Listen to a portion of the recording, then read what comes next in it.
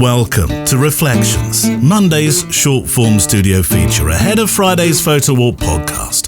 Thoughtful observations on creativity and, well, just life really. You'll find all 5 of this week's reflections on our Patreon channel, The Extra Mile. The art of travel photography. Travel is a patchwork of detail, isn't it?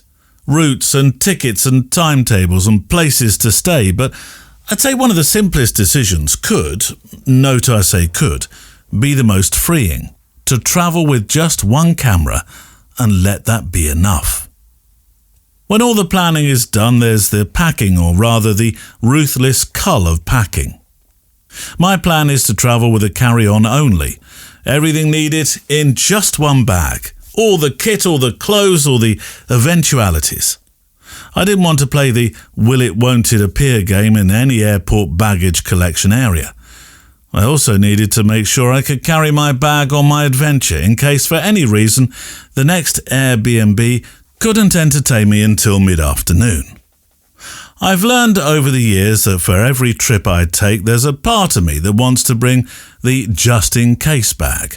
The one that assumes I'll suddenly be invited to a swanky black-tie dinner for whatever reason, or that I'll develop a desperate need for 3 tripods, a spare light stand, and the big zoom lens I last used in 2019. Well, this time, and for this reflection, ahead of a week of reflections on the podcast's Extra Mile channel, that voice didn't get a say. This was to be a week of whistle-stopping in 3 big European cities, and I was going light. In this order, my hops were Cologne to Milan, to Budapest, to Brussels. Brussels didn't quite work out as planned, by the way, and that's why I note 3 and not 4 cities, but all in 8 days.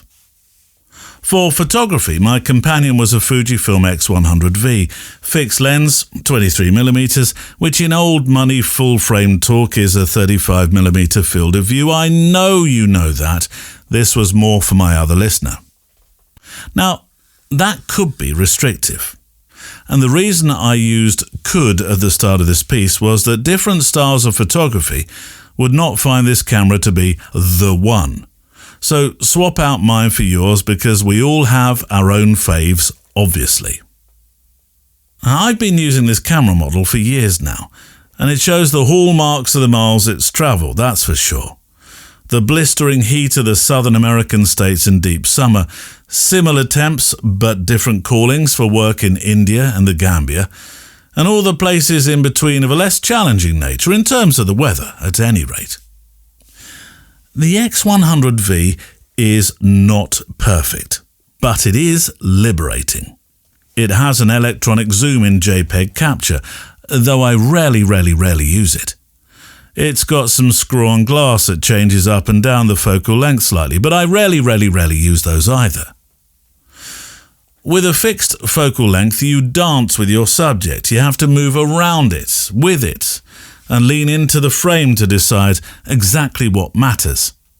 It's the sort of creative limitation that makes you notice things you might otherwise pass by. Henri Cartier-Bresson, I know I quote him often, used his whole life almost exclusively with one lens, a discipline that sharpened the way he saw.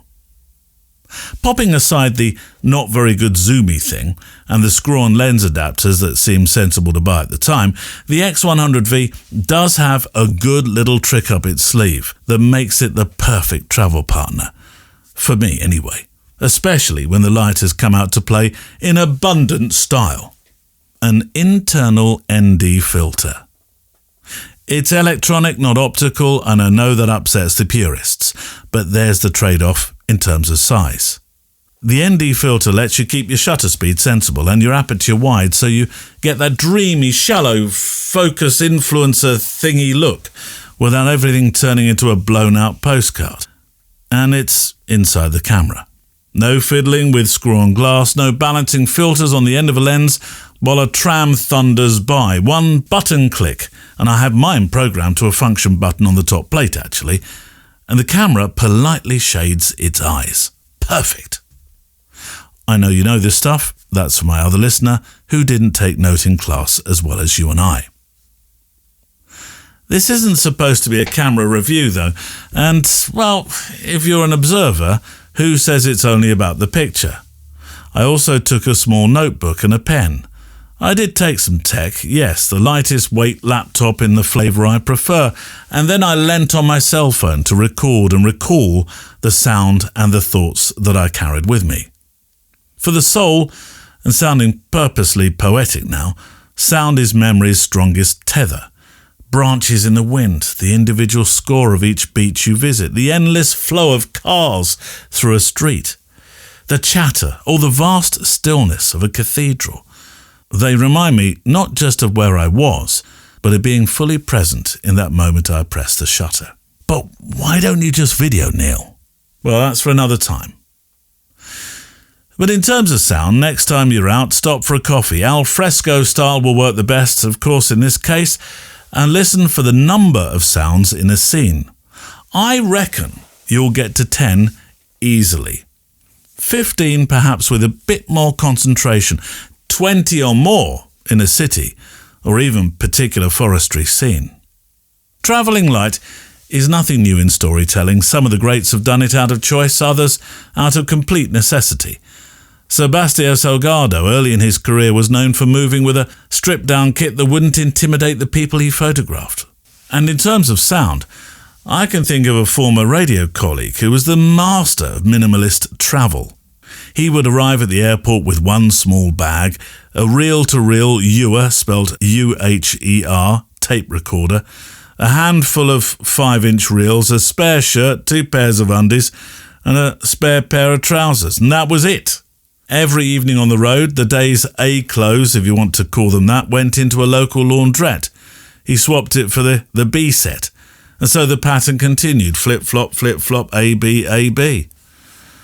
And I can see from one corner of the room an inquisitive look shouting the words silently, "Reel-to-reel, Grandad? What's a reel-to-reel?" Well, listen, if you love film and a Rolleiflex has you rubbing your knees unnecessarily, check out a Uher tape machine. Just saying.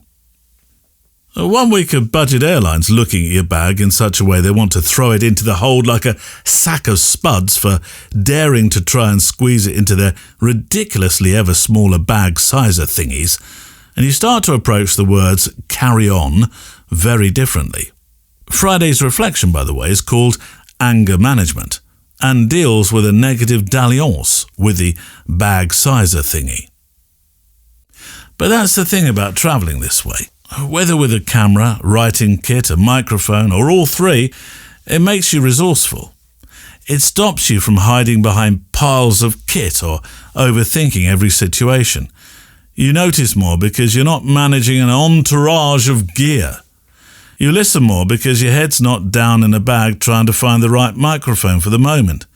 You walk further, you talk to strangers more often, and say yes to things. Because look, your hands are free. Of course, not everyone can or wants to travel far. Some people find their adventures within a few streets of home or in the repetition of a favourite walk, noticing the changes in the seasons.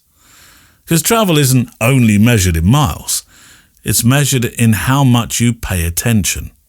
A market you've never visited 2 towns over can be just as full of stories as a square in Milan, although, let's be honest, the language isn't quite as poetic.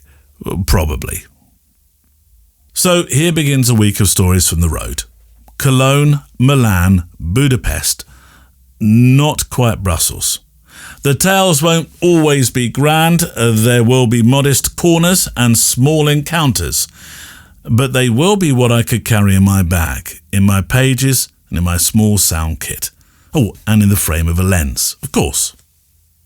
And that, I think, is the art of travel photography. To go far enough to see the world a little differently, but light enough to come home with more than just souvenirs.